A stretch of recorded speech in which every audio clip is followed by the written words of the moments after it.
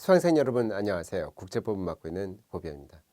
저희가 이제 문제를 풀고 있고 그다음에 이제 이 국가 관할권, 그다음에 주권 면제. 주권 면제 진짜 어렵죠. 그 부분을 넘어가지고 이제 국가 책임 부분에 들어왔어요. 이 주권 면제라는 건 국내 관할권, 사법 관할권으로부터의 면제를 얘기하는 거죠. 물론 이제 거기 뭐 재판 관할권뿐만 아니라 이제 강제 집행권으로부터의 이제 면제까지 다 포함하는 개념이다라고 말씀을 드렸고, 근데 그거와 다르게 국가 책임이라는 부분은 국제법상의 문제예요. 그래서 국내 관할권, 어떤 법정지구의 국내 관할권의 면제를 받는다 하더라도 국가 책임은 국제법적 국가 책임은 또 져야 돼요. 그래서 국가 책임이라는 개념은 좀 별도의 개념이다라는 거죠. 그래서 국제법상 이제 국가 책임이라는 건 국가기관들의 불법 행위들까지 다 포함하는 건데, 이때 불법 행위에는 주권 면제 부분은 상업적 부분은 이제 빠진다 뭐 이런 얘기를 하지만 여기는 다 상업적 부분들까지 다 포함해서 얘기하는 겁니다. 그래서 국가 책임이 발생할 수 있어요. 상업적 부분에 대한 것까지.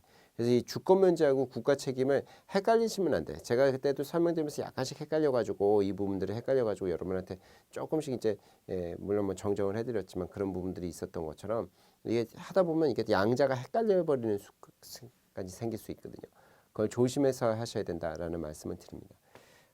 그러면 이제 이 문제가 좀 많기 때문에 빨리 들어가서 우리가 보시도록 하죠. 이 국가 책임에 대해서 말씀을 드리는 겁니다. 여기는 이제 국가 책임에 대한 초안 이렇게 되는 겁니다. 그래서 보실게요. 13번부터 문제를 풀어 보겠습니다. 2001년에 있어서의 이제 국가 책임 초안, 뭐 이게 뭐 다른 얘기 안 하고 그냥 국가 책임 초안이라고만 바로바로 말씀을 드리도록 하겠습니다. 옳지 않은 것은 그러면 입법기관의 국제 위법 행위도 이것도 상관없습니다. 여기도 국가 책임을 발생시킬 수 있는 겁니다. 뭐 꼭 사법부, 뭐 행정부 이렇게만 나누는 거 아닙니다. 입법부에서도 국가 책임이 발생할 수도 있고 입법부자위 같은 것들이 발생할 수 있거든요. 그러니까 꼭 이제 협약상 만들어야 되는데 입법을 안 하는 바람에 문제가 되는 경우도 있을 수 있거든요. 하급 공무원도 약간 국가 책임을 발생시킬 수 있습니다. 뭐 상하, 뭐 고의, 뭐 고하를 불문해요. 공무원의 월권행위에 대해서 국가 책임 성립합니다. 월권적 행위, 남용, 초월, 뭐 모든 국가 책임을 발생시킬 수 있습니다. 4번에 주정부의 국제 위법 행위는 연방 국가의 국가 책임을 발생시킵니다. 그럼요. 주정부, 뭐 아니면 지방 정부, 우리나라 같으면 지방 정부죠. 우리나라 같으면 이제 주는 아니고 예를 들면 뭐 시도 아니면 작은 시군구까지 다 포함하는 겁니다. 답은 3번입니다. 이건 매우 쉽죠? 기본적으로 매우 쉬운 얘기입니다. 싹 다 포함하는 거예요. 싹 다. 사인의 행위만 빼고 공무원이라도 사인의 행위가 명백하면 그때는 빠지는 거죠. 근데 그런 게 아니면 다 책임지는 겁니다.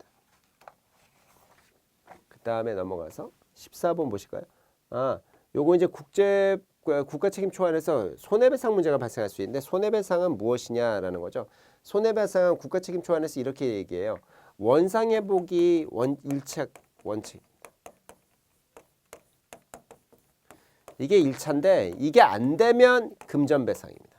근데 보통 이제 금전배상이 주가 되긴 되죠. 이게 안 되면. 이게 불가능하면 이걸로 넘어가는 겁니다. 근데 요거 이제 성질상 이게 금전배상이 어려운 것도 있어요. 국가의 명예를 훼손했다거나 이러면 금전배상이 어려우면 만족, 즉 사죄를 받는 경우가 있어요. 그래서 요게 1차인데 요게 안 됐을 때 요거 아니면 요건데 요게 좀 중심이긴 한데 이렇게 만들어질 수 있다는 거죠. 그러면 만족하고 원상회복 이렇게 봐야죠. 여기 이제 금전배상이 없으니까. 그럼 기억하고 리을. 자위나 동의권 같은 것들은 이건 뭐예요? 이건 위법성 조각 사유죠. 위법성 조각 사유는 뭐 국가의 어떤 동의가 있었다거나 피해자의 동의처럼 국가의 동의가 있었거나 아니면 자위권의 행사 문제거나 아니면 불가항력 문제든지